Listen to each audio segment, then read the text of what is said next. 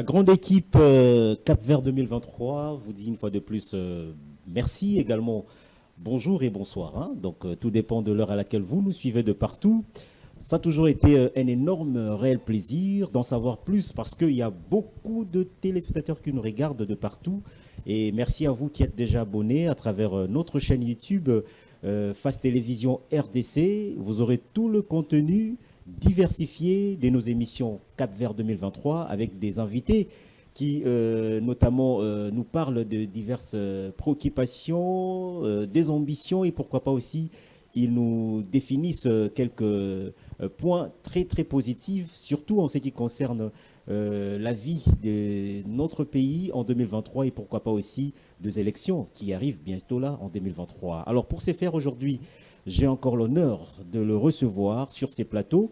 Il a été excellent et pourquoi pas aussi, je pourrais dire, notifié avec une grande distinction par rapport à son passage pour la toute première fois dans cette émission Cap Vert 2023.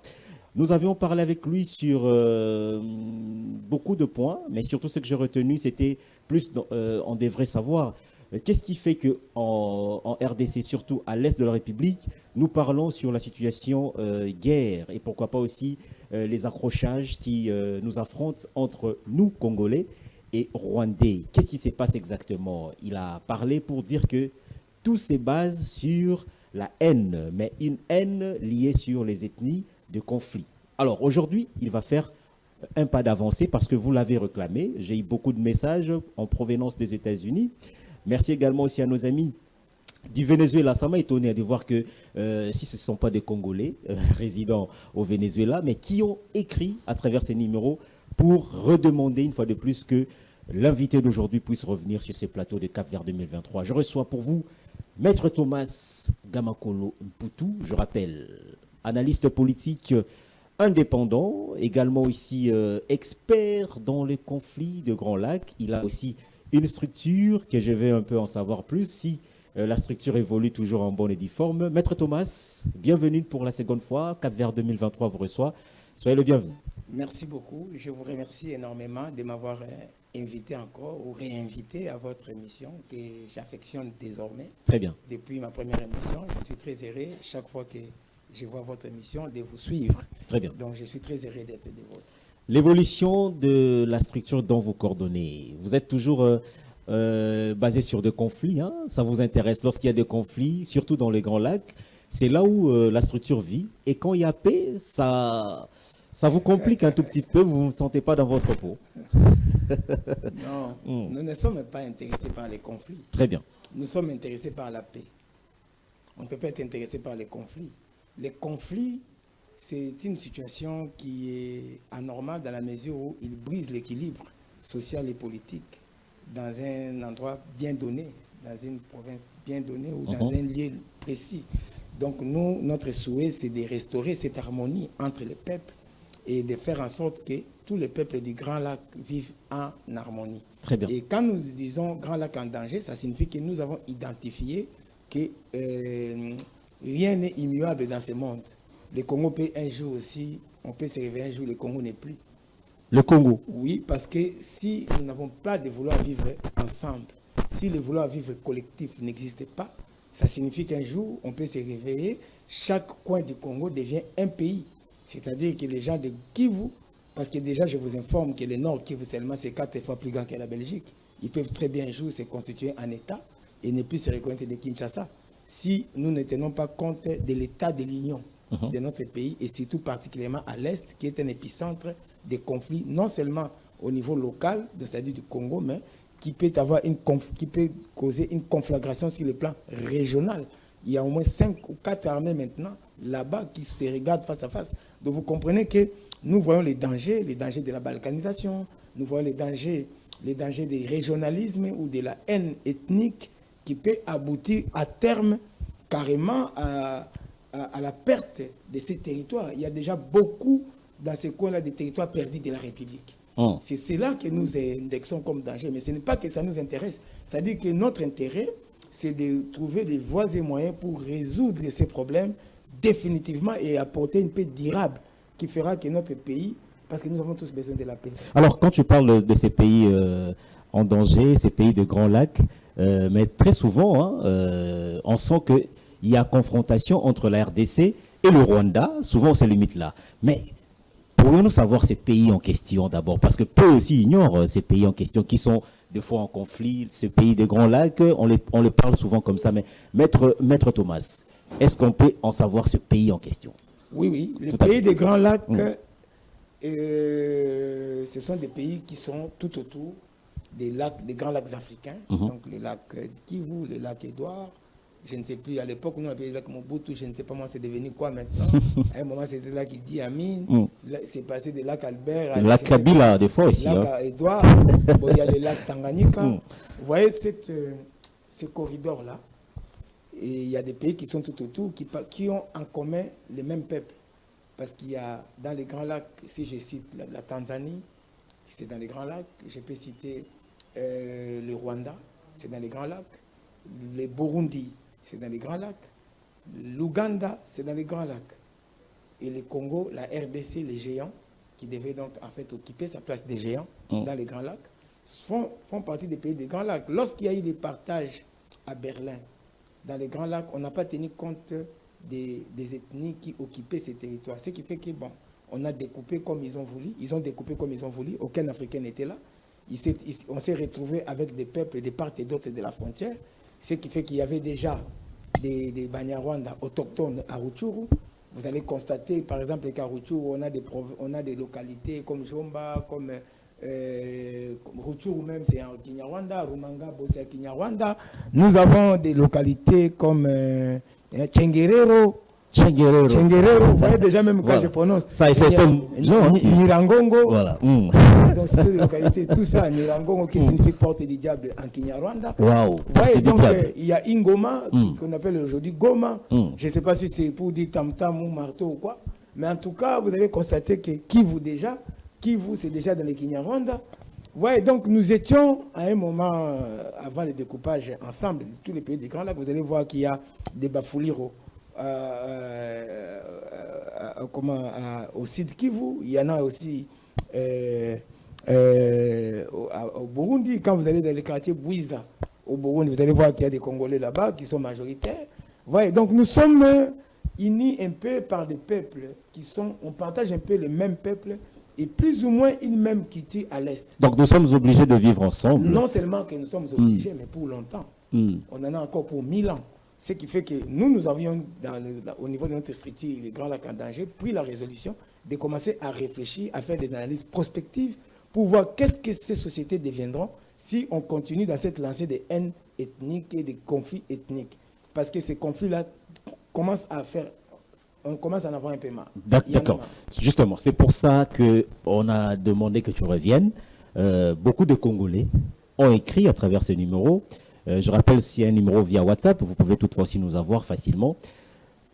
Ils ont pensé ceci, Maître Thomas. Vous êtes expert, vous avez énuméré, vous avez relayé même ces pays. Mais qu'est-ce qui fait que, vous avez dit l'autre fois, vous avez vraiment plongé là-dessus pour dire que ce sont des conflits qui sont basés sur la haine. Tout ce que nous remarquons entre la RDC, le Rwanda, je peux utiliser un tout petit peu l'Ouganda, le Burundi, parce que des fois aussi ça dégénère mal de l'autre côté. Vous avez tenté de dire que ce sont des conflits qui sont basés sur la haine, mais une haine ethnique. Mais ça nous étonne. Pourquoi cette haine ethnique en question ne finit pas? D'où cela a commencé? Est-ce qu'il y a des explications? D'où proviennent-elles exactement? Et pourquoi est-ce qu'aujourd'hui, ça se transforme à des conflits où il y a de présence de militaires, des armées, il y a l'ONU qui s'imprègne, qui s'intègre même, pour dire ainsi. Maître Thomas, parlez-nous un peu avec toute clarté sur cette situation. Bon, ici, aujourd'hui, je vais quand même essayer d'aborder, pour faire un peu de différence. Je vais plus revenir sur les causes profondes des haines et tout, mais je voudrais quand même essayer de donner la topographie, de faire une réflexion prospective sur les conflits locaux et leurs origines. Tout à fait. Et puis essayer de me projeter dans l'avenir de ce qui peut advenir de nous, si nous continuons sur cette lancée. Nous, Congolais. Oui, nous Congolais, nous Rwandais, nous Ougandais, nous Tanzaniens. Parce que quand il y a des conflagrations comme cela, il y a des mouvements de population qui troublent l'ordre public international, c'est-à-dire qui créent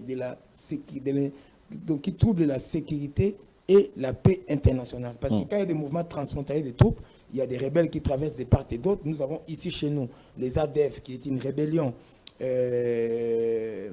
ougandaise, Front de Libération, quelque chose comme ça. Mais c'est pour l'Ouganda, mais ils sont au Congo. Ils peuvent s'allier à d'autres groupes Maïmaï ici. Vous voyez, donc il y a comme une internationale des rébellions. Vous comprenez un peu? Donc c'est toute la région, en fait, qui doit être préoccupée par les questions que nous évoquons ici, qui sont de la plus haute importance. Mais par rapport aux conflits locaux, il y a des conflits locaux, et dans les conflits locaux, ce sont des conflits. D'abord, il faut savoir quelle est la configuration des peuples qui occupent. Je ne vais pas prendre tous les Kivu, je ne vais pas aller jusqu'au Bafuliro, au Bembe, consort. Je ne prends que les Nord Kivu. Parce qu'aujourd'hui, nous sommes en train de vivre presque les mêmes phénomènes dans les Maïndombe. Vous comprenez que ça commence à s'élargir. On a des Katakatanga. Le Congo est en danger et les grands lacs en général est en danger. Mais il faut d'abord comprendre quelles sont les causes, quelles sont les origines. D'abord, pour comprendre rien que dans le Nord Kivu, qui est l'épicentre de tous ces conflits ethniques, il faut comprendre que dans le Nord Kivu, il y a plusieurs groupes ethniques qui les peuplent. Il y a les Nande, il y a les Banyarwanda, c'est-à-dire Tutsi et Hutu. Il y a les Nyanga, qui sont au niveau de Walikale. Et puis, il y a les Tembo, il y a les Houndé. Si je peux prendre que les 5 grands groupes ethniques qui font partie qui occupent le Nord Kivu, qui est grand comme 4 fois la Belgique. Donc, il part de Walikale jusqu'à Lubero, là-bas, au nord, Beni, Butembo, tout et tout. C'est toujours le Nord Kivu. Vous voyez ces groupes-là, ce sont des groupes qui peuplent les Goma. Mais ces groupes qui peuplent les Goma peuvent être répartis. Parce que sur le plan administratif, Goma peut être divisé en 5 grands territoires. On peut prendre Lubero, Beni. Les Nord Kivu. Très bien. On peut prendre Lubero, Beni. On peut prendre Goma lui-même, qui est le chef-lieu de la région du Nord Kivu ou de la province du Nord Kivu. On peut prendre Masisi. On peut prendre Walikale et Rutshuru. Et là, quand j'ai dit ça, j'ai fait le tour des grands territoires. Il y a, par exemple, si on veut répartir ces groupes ethniques qui se font la guerre, et qui se détestent parfois copieusement, jusqu'au pogrom, jusqu'au massacre. Si nous prenons, par exemple, Lubero et Beni, vous allez constater qu'à Lubero et Beni, il n'y a que, exclusivement, c'était peuplé exclusivement que des Nandais, qui sont très soudés entre eux, qui font des choses entre eux, qui ne s'associent pas vraiment à d'autres groupes ethniques. Parce que même quand tu vas là-bas pour vendre, si tu n'es pas accompagné de... C'est très compliqué. Hein? Quand tu n'es pas accompagné de Kasereka, c'est très compliqué. Kasereka. Il faut un Kasereka avec toi, un Mumbere avec toi, un Kambari. Vous comprenez? Ce sont des gens qui sont aussi un peu... Bon, ils sortent souvent par Ouganda, en passant par Bunagana et consorts. Parce que là-bas, c'est une région... Même d'ailleurs, des temps de la rébellion, au plus fort de la deuxième guerre du Congo, c'est-à-dire après l'entrée de FDL en 96, 97, il y a eu une deuxième série de guerres qui a commencé le 2 août. Le 2 août 98, qu'on appelle la deuxième guerre du Congo. Lors de la deuxième guerre du Congo, vous allez voir que cette zone-là de Lubero, qui est peuplée essentiellement des Nandais, était en quelque sorte sous l'égide ougandaise. Alors que quand vous prenez la zone de Rutshuru, Goma, Walikale et tout ça, c'était essentiellement le Rwanda. L'armée rwandaise, l'APR. De l'autre côté, c'était l'armée ougandaise qui faisait la loi et qui créait ces rébellions. On avait là-bas le RCD ML, oui. Et puis de l'autre côté, on avait le RCD Goma. Mais le RCD Goma n'avait pas totalement aussi le contrôle sur tout le monde, comme par exemple le gouverneur qui était là, je crois que c'était un certain Seroufouli. Seroufouli n'était pas totalement contrôlé par Azarias Oubero. Des RCD Goma, elle était contrôlée plus ou moins par le Rwanda, qui voulait avoir une influence. Vous allez voir que les deux pays cherchent toujours à avoir une certaine influence sur le Congo. Nos richesses ne sont pas innocentes dans tout ça, mais ce n'est pas seulement ça. C'est parce que le Congo abrite aussi, depuis 1994, des rébellions, les rébellions. Là-bas, il y a l'ADF qui cherche à libérer l'Ouganda. De l'autre côté, il y a les FDLR qui cherchent à libérer le Rwanda. Et tous ces deux rébellions, nous ne les avons jamais désarmés. ce qui crée pour eux une source d'insécurité. Ils aiment toujours, au-delà des problèmes de richesse, il y a aussi des problèmes de la stabilité politique chez eux. Ils sont instables. Oui, tant que chez eux, il n'y a pas un dialogue, par exemple, une réconciliation sincère entre les Hutus et les Tutsis là-bas, qui sont des grands groupes qui occupent les Rwandais. Il y a les Toits aussi, mais il y a les Hutus et les Tutsis. Tant qu'il n'y a pas une réconciliation véritable là-bas, et que de notre côté, nous gardons des rebelles puissamment armés qui peuvent à tout moment aller déstabiliser les Rwandais, comprenez qu'eux aussi, ils auront toujours tendance à vouloir avoir une influence sur le Congo. Donc, ce qui fait qu'au niveau du RCD, lui-même, Séroufou, il était à la tête d'une armée aussi rwandaise qui était entrée pratiquement à Goma. Vous voyez, pour essayer de régenter ces territoires-là.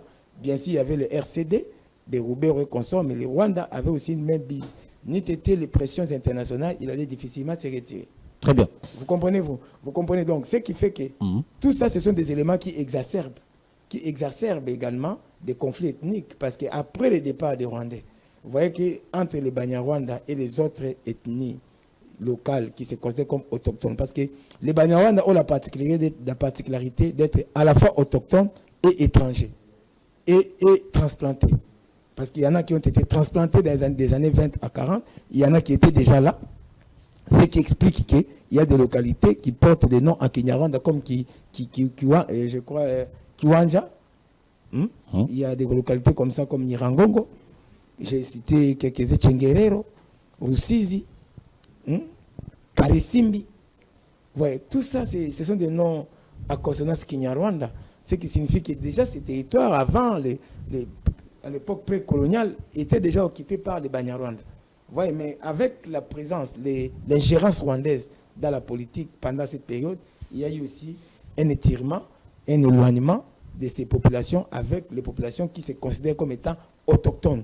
Bien qu'il y a des Hutus autochtones, il y a aussi des Hutus qui sont venus du Rwanda, qui ont fui les génocides, après les génocides, qui ont génocidé au Rwanda, qui se sont réfugiés au Congo en 1994. Ils se sont associés avec les Hutus congolais et avec certains groupes Maïmaï congolais, et ils ont commencé à faire des rafles et des razzias dans les massifs où il y avait beaucoup de Tutsis.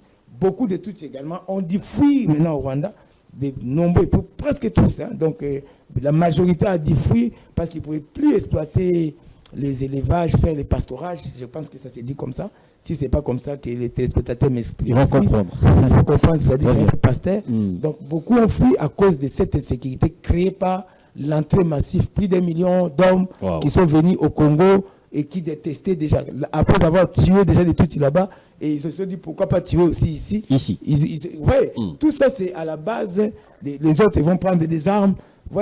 Et quand le gouverneur Séroufou, il y en a 98 et tout ça, il y avait un gouverneur là-bas, Séroufou, du temps où nous étions séparés pendant quelques années, avec Goma qui était pris par les RCD, donc sous la couverture des APR, donc l'armée patriotique rwandaise. Et alors qu'au nord, là où il y avait Mbusa Nyamwisi qui dirigeait les RCD Kamel, il dépendait beaucoup plus de l'Ouganda.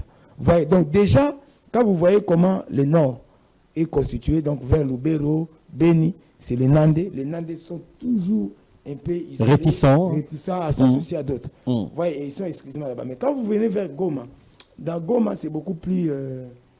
un mixage. C'est un mixage en fait. Très bien. Goma, c'est un mixage. À Goma, nous avons les Houndé, nous avons les Tembo, nous avons les Banyarwanda, nous avons les Nyanga, dans une proportion plus ou moins petite ou grande, mais c'est une ville qui est plus ou moins éclectique parce qu'il rassemble un peu plusieurs groupes ethniques. Mais si vous descendez vers Walikale, c'est essentiellement peuplé par les Nyanga. Ok. Alors. Mais à Rutshuru, c'est essentiellement peuplé par les Banyarwanda. Très bien. Mais dans tous ces trois groupes, que ce soit Goma, Walikale, Masisi, ils ont en commun que les Banyarwanda sont plus ou moins nombreux là-bas. Ça fait peur en vous entendant parler de tout ça, Maître Thomas. Je suis en face d'un expert qui maîtrise la situation, surtout dans l'est de la République démocratique du Congo.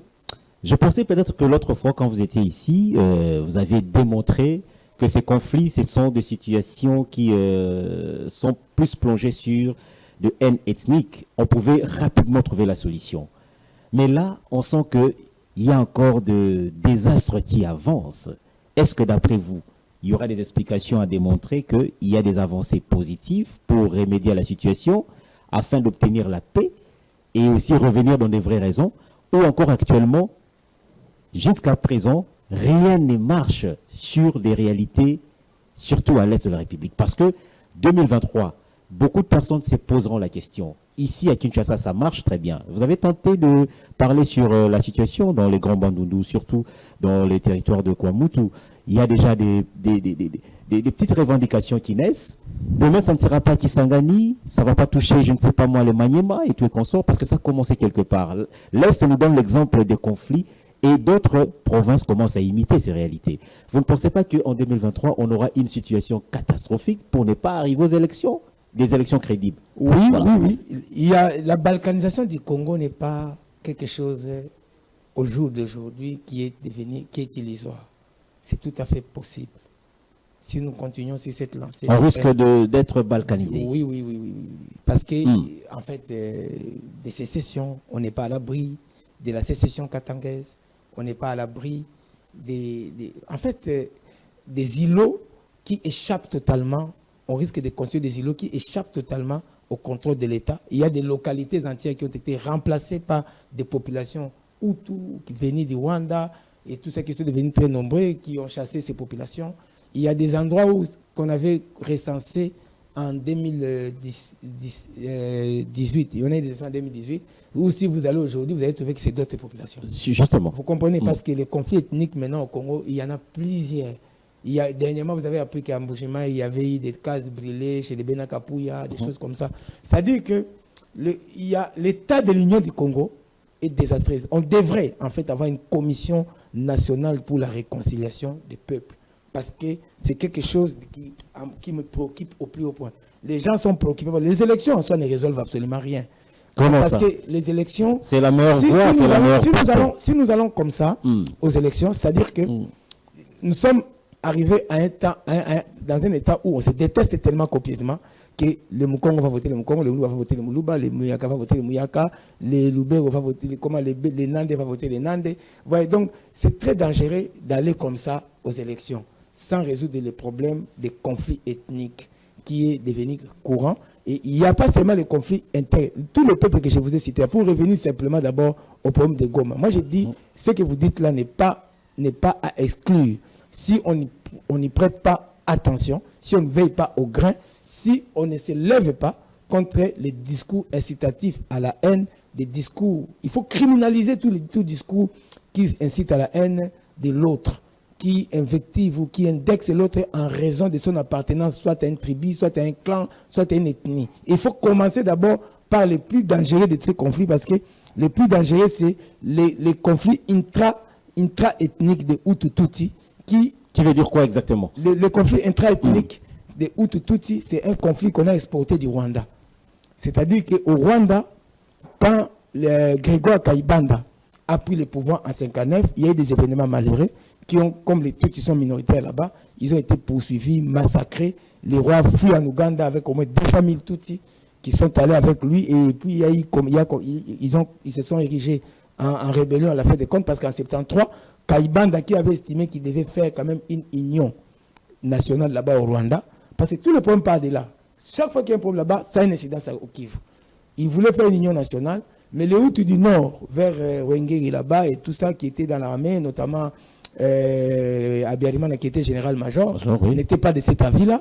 Il trouvait que Kayibanda était trop mou avec les Tutsis qui étaient dans la diaspora, parce qu'ils cherchaient à négocier avec eux pour qu'ils rentrent et qu'on puisse construire le Rwanda. Ils l'ont carrément déposé, ils l'ont mis en prison, il est mort dans des conditions mystérieuses là-bas en prison. Et quand lui est arrivé, il a instauré une pratique discriminatoire. Par exemple, je donne un exemple simple. Seuls 10% des Tutsis avaient droit d'accès à l'école. Et puis, ils n'avaient aucun droit d'accéder, par exemple, de devenir des préfets ou des maires, des villes, des choses comme ça. Aucun droit. Ceux qui faisaient les affaires et qui arrivaient quand même à prospérer s'est retrouvé en prison pour une raison ou une autre. Il y avait donc une politique d'exaction. Et tu verras qu'en 61, ils ont fait un référendum pour que le Rwanda devienne une république, alors que c'était un royaume avant. Et depuis le Moyen-Âge, c'était un royaume dirigé par une famille régnante toute. Ils ont fait un référendum en 62. Je dis ça, bien que ce n'est pas le Congo, pour que vous compreniez l'onde de choc qu'il y a au Congo. En 62, ils ont commencé à instaurer une politique discriminatoire tellement rigoureuse qu'il y a eu des massacres, encore des pogroms. Jusqu'à 64, il y avait encore des Tutsis qui fouillaient les pogroms pour venir au Congo comme réfugiés. Waouh. Vous comprenez? Et quand ils viennent Mais ici, ça m'étonnerait, pourquoi choisir que le Congo non, ils sont allés aussi en Ouganda. Je t'ai dit que les rois a fui en mais Ouganda. apparemment, le Congo donne l'image de prendre une grande masse de tout Non, non, pas du tout. Sauf Voilà. qu'au Ils sont plus Congo, quand précis. ils viennent, il y a déjà, ils trouvent déjà qu'au Congo, il y a aussi des conflits interethniques entre, par exemple, les Banyarwanda et les Nandé, qui veulent à Goma, qui c'est. Vous voyez, quand ils viennent comme ça vient exacerber. Ah, d'accord. Vous comprenez? Ça vient exacerber parce que les problèmes à ce moment-là se présentent avec beaucoup plus d'acuité. Vous comprenez? Mais ce n'est pas que ceux qui ont fait en Ouganda ont été beaucoup mieux absorbés, digérés. Nous, on ne digère pas parce qu'il y a une quitte finalement de haine que les Congolais nous sommes en train de développer de l'autre. Ce n'est pas seulement avec les Banyarwanda. Il y en a aussi au Katanga. Vous avez suivi l'histoire des télémouchages. On a chassé des Kassaïens qui sont morts à masse là-bas. Vous avez suivi les Katanga. Il y a toujours eu la sécession katangaise. Pendant j'ai parlé de Kivu ici, il y a eu 21 provincettes. Le Kivu lui-même a donné 21 provincettes qui ne se reconnaissaient pas, qui ne reconnaissaient pas l'autorité de la capitale. C'est à 65 que Mobutu a pu réunifier tout ça. Vous voyez, ça a duré de 62 à 65. Maintenant, quand vous fouillez encore vos programmes là, vous venez ici, trouvez déjà qu'il y a des gens ici qui ne s'aiment pas, qui se détestent copieusement. Ça ne fait qu'exacerber ces conflits interethniques. Alors, maintenant, où en sommes-nous par rapport à la réalité? Parce que là, vous avez donné un peu un parcours, mais l'affaire continue toujours. Est-ce qu'il y a des explications à démontrer? Parce que je veux un peu en savoir, vous êtes mieux placé de nous le dire. Est-ce qu'il y a des avancées, de pouvoir un peu ralentir, si je peux le dire, l'hémorragie de la situation? Ou encore, on a perdu quasiment de cap, la République ne se réfère plus à pouvoir redonner un peu une ligne de conduite sur la situation qui est à l'est de la République? Bon. Très bien. C'est une très bonne question. Je vous en remercie. Est-ce qu'il y a des avancées? Je ne peux pas dire qu'il n'y a pas d'avancées, je ne peux pas dire qu'il y a d'avancées parce que c'est en dents de scie. Il y a eu des périodes où il y a eu des avancées. Comme par exemple quand nous sommes allés à Lusaka. À Lusaka, nous avons signé un accord avec toutes les rébellions qui battaient leur plein à l'est. Et dans ces accords, il y avait un organe qu'on avait créé, la Commission nationale de la réconciliation, pour la réconciliation, quelque chose comme ça, qui devait en fait travailler beaucoup plus à l'est pour essayer de réapprendre ces différentes ethnies qui se détestent parfois copieusement et parfois qui s'associent contre un. Des fois, les Nandés s'associent avec les Maïmaï de je ne sais où pour combattre les Hutus, et des fois, ils s'associent avec les Hutus pour combattre les Tutsis. Dans les Massissi, tantôt, ce sont les Tutsis qui s'unissent avec un groupe pour s'attaquer au FDLR, qui sont venus ajouter à cette sauce-là, parce que le FDLR, c'est qui? C'est l'armée rwandaise qui avait fui en 94 avec les Interahamwe, certains officiers de Gaberimana qui étaient dans les forces spéciales, dont certains un a été même jugé en Allemagne, un est sous mandat d'arrêt international, mais il court toujours au Congo. Son nom m'échappe, c'est Chubao, quelque chose comme ça m'échappe. Vous comprenez, je n'arrive pas toujours à dire son nom. Mais c'est un monsieur qui est considéré comme criminel de guerre, qui est sous mandat des Nations Unies, mais que le Congo n'a jamais arrêté, qui trimballe toujours là-bas à l'Est et continuant toujours à massacrer des populations congolaises comme rwandaises. Okay. Vous comprenez? Vous voyez un peu tout ça. Donc c'est une cocotte minute qui peut exploser à tout moment. Alors maintenant, lorsque nous sommes dans une telle situation, donc le Congo a du mal à pouvoir résoudre ces conflits ethniques à cause de tous ces éléments perturbateurs, comme le FDLR, parce qu'il y a des gens, ils sont armés, ouais, et même quand tu prends les autres aussi qui s'arment contre les uns, ils se disent non, on ne va pas se laisser tuer. Ils créent des groupes comme les Raya Batomtomboki, donc ils se font citoyens fâchés parce qu'ils trouvent qu'on vient violer nos filles, violer nos vaches, et tout ça, ils s'organisent également, ils vont chercher les armes. Vous voyez, donc c'est pour dire quoi? C'est pour dire que quand on crée des politiques discriminatoires là-bas, on regarde en face, il n'y en a pas, on essaie de l'exporter au Congo. Le Congo donc a exporté des conflits Hutu-Tutsi, et c'est devenu des conflits qui est au centre de tous les autres conflits interethniques, c'est-à-dire un conflit intra-ethnique. Et ces conflits intra-ethniques déstabilisent toute la région des Grands Lacs. Parce qu'aujourd'hui, vous allez constater que dès que les armées là sont venues, il y a l'armée ougandaise, il y a l'armée rwandaise qui est pro-Tutsi et qui soutient les rebelles du M23, dont la constitution ethnique est à majorité Tutsi. Là, au niveau de Bunagana, qui est à la frontière de l'Ouganda, à la fois du Rwanda et du Congo. C'est une ville donc carrefour. Et là, vous allez voir que